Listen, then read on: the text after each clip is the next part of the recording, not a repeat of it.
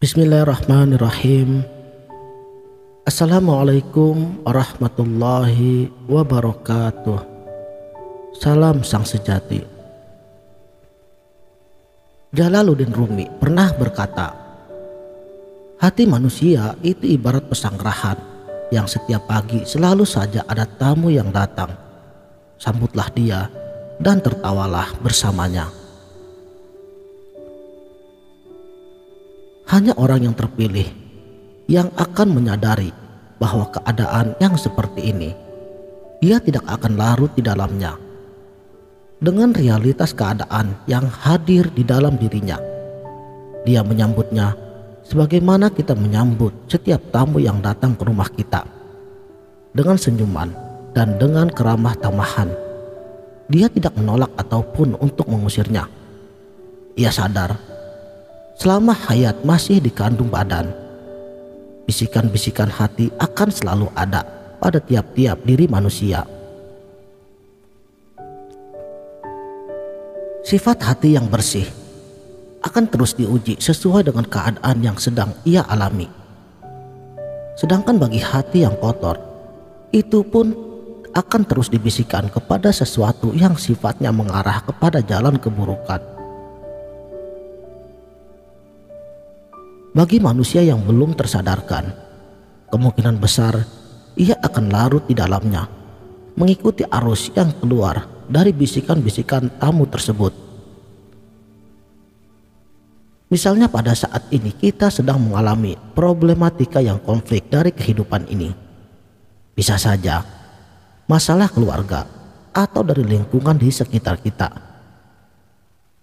Kalau bisikan-bisikan itu menyenangkan, kemungkinan besar kita akan senyum-senyum sendiri. Tetapi bagaimana jadinya kalau bisikan-bisikan itu membuat kita ingat kepada seseorang yang mungkin saja pernah membuat kita kesal, kecewa, dan bahkan juga membuat kita marah? Pasti rasanya tidak enak, bukan? Padahal dari sekian banyaknya bisikan-bisikan tersebut, belum tentu salah satunya akan menjadi kenyataan yang sebenarnya. Pertanyaannya, mau sampai kapan kita ini didikte dan dimanipulasi oleh keadaan yang terkadang belum tentu kebenarannya akan terjadi?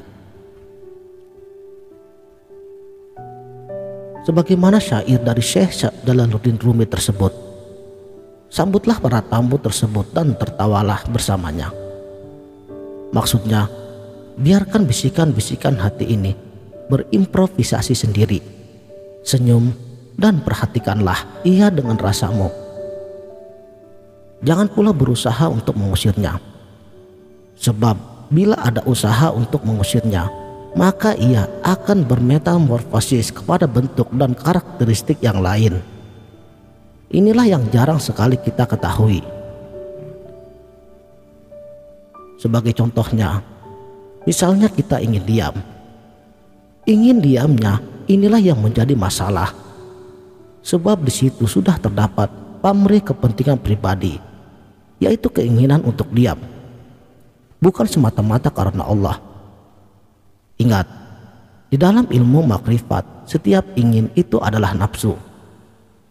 Malah akhirnya gak diam-diam, pelan-pelan untuk memahaminya.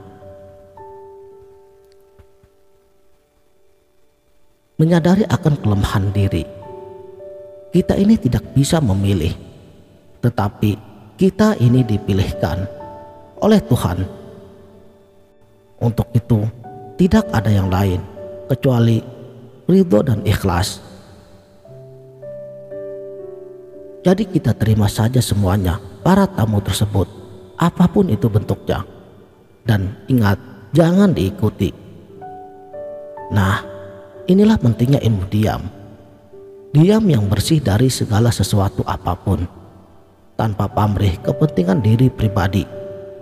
Kalau diamnya benar, perlahan tapi pasti, bisikan-bisikan tersebut akan hilang dengan sendirinya dan akan tergantikan dengan bisikan la biharfin wala sautin, tanpa huruf dan suara. Ini barulah suara yang hakiki. Jadi kalau ada suara apapun di dalam diri kita, janganlah terlalu cepat untuk mengambil kesimpulan. Tahanlah dahulu, perhatikanlah dahulu. Sebab baik di mata makhluk belum tentu baik di mata Allah. Inilah pentingnya kesadaran dalam diam. Apakah hal ini susah? Memang susah dan sangat sulit. Kalau mudah, tentu sudah banyak yang bisa melakukannya. Namun dalam setiap usaha hambanya, rahmat Allah itu selalu beriringan. Gagal, bangkit lagi, jangan pantang menyerah. Ini bagian daripada proses sunnatullah.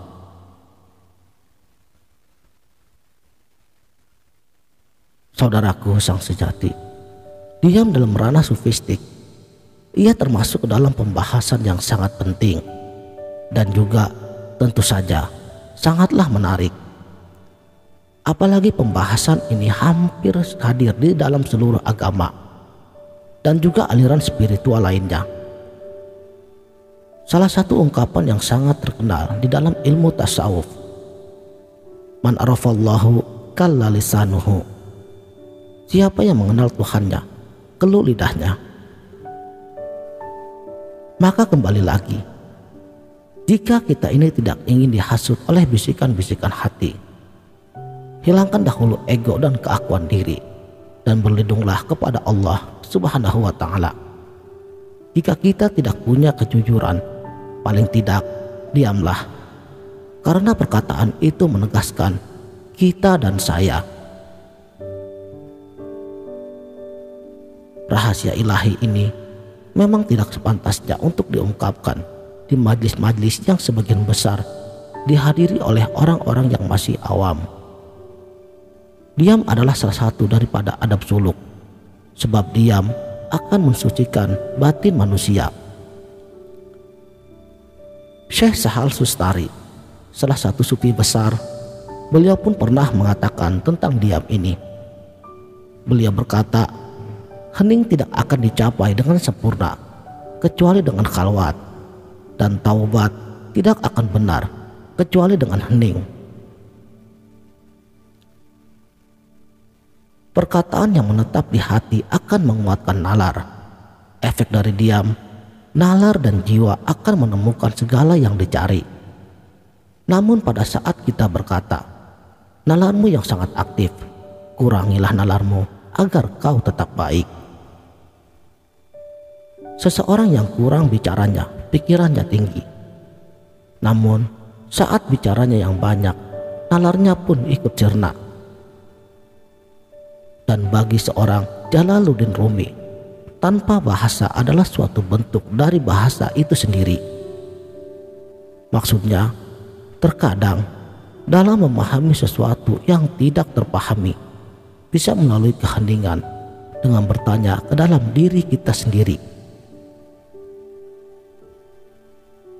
Sekianlah, mudah-mudahan dapat bermanfaat. Wabillahi taufik wal hidayah. Wassalamualaikum warahmatullahi wabarakatuh.